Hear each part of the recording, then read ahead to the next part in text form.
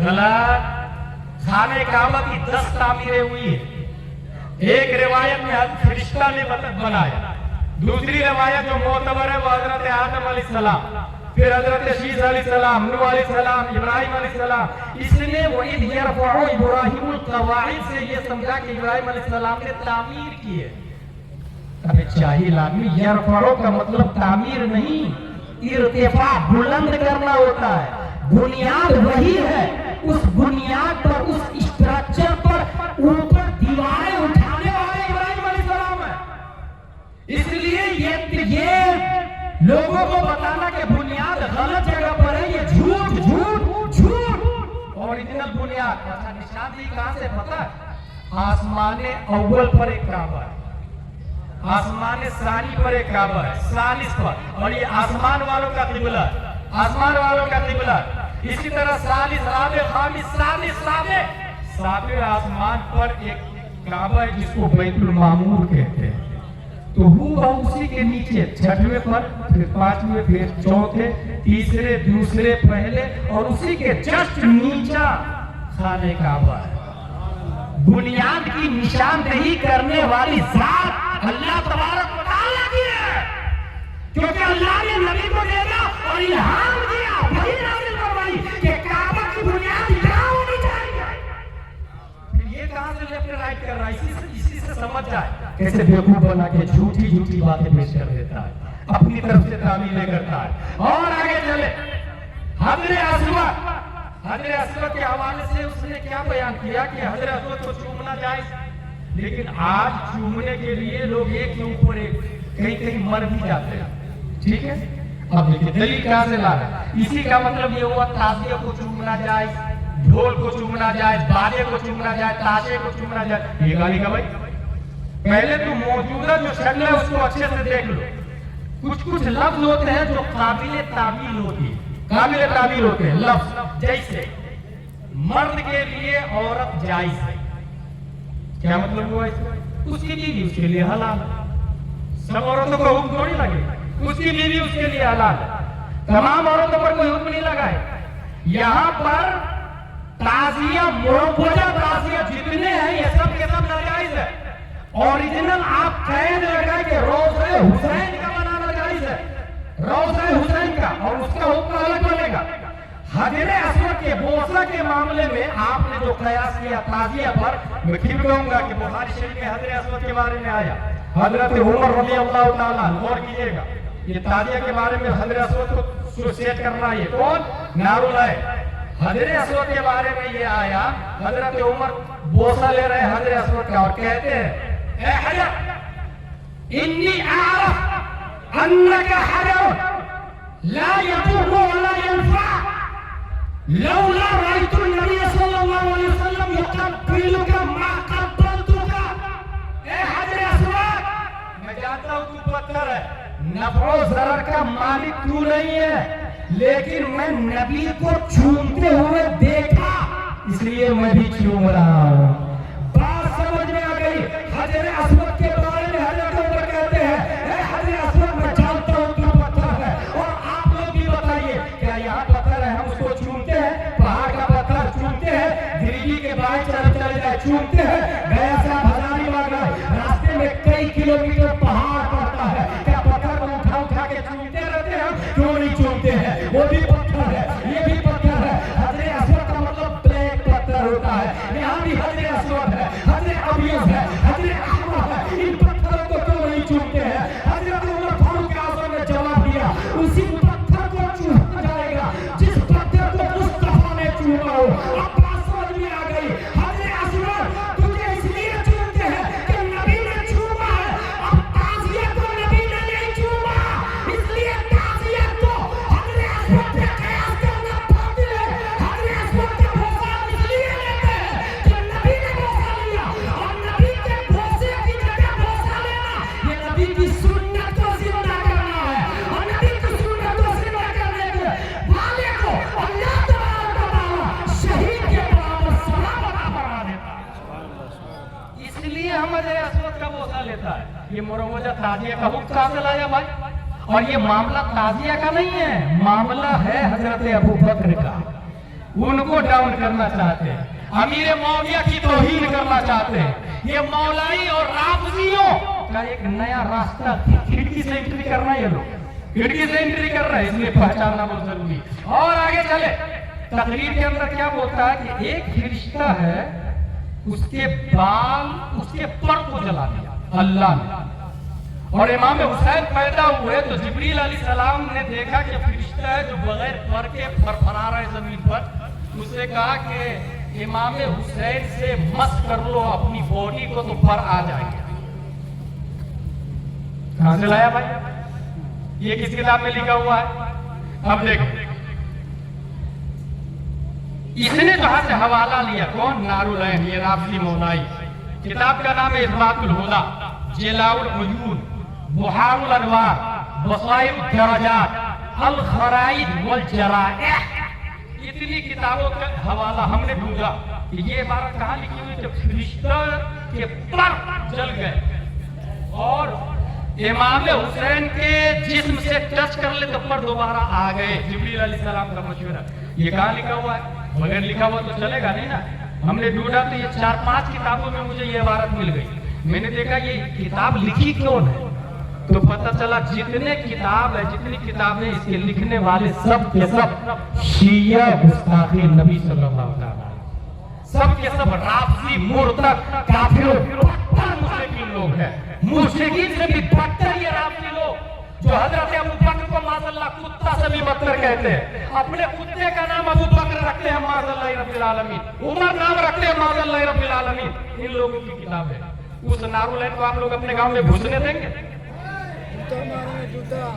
جو شیعوں کی کتاب سے آپ کو تقریر کر کے سنا کے چلا جاتا, اس کو گھسنے دیں گے آپ لوگ؟ لہذا ہم نے دیکھا ہے ایک شہر ہے پوربندر, وہاں ایک بھی دیوبندی نہیں ہے, ایک بھی دیوبندی وہاں بھی نہیں ہے. ایک تھا, ہمدانی صاحب نے ٹپکا دیا, اب صرف سنی صحیح العقیدہ ہے وہاں. ہاں بھائی, صرف سنی صحیح العقیدہ. لہذا لال بازار میں صرف سنی صحیح العقیدہ مسلک اعلیٰ حضرت مولانا رحمت اللہ, آنے والی نسلیں اگر آپ چاہتے ہیں سنی رہے, ایک بھی شیعہ کی انٹری نہیں ہونی چاہیے یہاں پر, ایک بھی شیعہ کی انٹری نہیں ہونی چاہیے. اور یہ آ کے بول کے چلے جائے, اس کے بعد غور مت کیجیے گا, آنے سے پہلی بتا دیجیے گا حضور کامران میاں کو آ رہا ہے, بس بتا دیجیے گا آ رہا ہے, ٹائم بتا دیجیے گا. پہنچے گا کہ نہیں پہنچے گا یہ وہی جانے گا. اس لیے الحمدللہ رب العالمین کتابوں کے حوالے سے ہم بات کرتے ہیں, ہمارے ڈر سے ان کا باپ بھی بھاگتا تھا, یہ بھی بھاگ رہا ہے. کبھی بھی مناظرہ میں یہ آنے کو تیار نہیں ہے. مناظرہ کیسے ہوتا ہے بتاؤں, ایک دو مثال سننے مناظرے کی میں بتا دیتا ہوں. ایک جگہ مناظرہ ہو رہا, علامہ حشمت علی علیہ رحمہ و رضوان چپل کو بازو میں دبا کے مسجد میں چلے گئے. مناظرہ تھا بدعتی کون, بدعتی کس کو کہتے ہیں جو نبی کے زمانے میں نہ ہو, یہ مناظرہ تھا. چپل لے کے جا رہے ہیں کون؟ حضرت علامہ حشمت علی علیہ رحمہ و رضوان. دیوبندیوں نے کہا دیکھو دیکھو دیکھو یہ سنی کا مولانا مناظر ہے, چپل لے کے مسجد میں گھس گیا. علامہ حشمت علی کہتے ہیں کہ حضور صلی اللہ علیہ وسلم خواب میں آئے, بولے دیوبندی کی مسجد ہے, چپل چوری ہوتی ہے, اس لیے میں نے چپل بازو میں رکھی. دیوبندی بولتا جھوٹ, کیونکہ ہم لوگ نبی کے زمانے میں تھے ہی نہیں, ہم لوگ نبی کے زمانے میں تھے ہی نہیں. علامہ حشمت علی فرماتے ہیں نعرہ تکبیر نعرہ رسالت, ہم مناظرہ جیت گئے.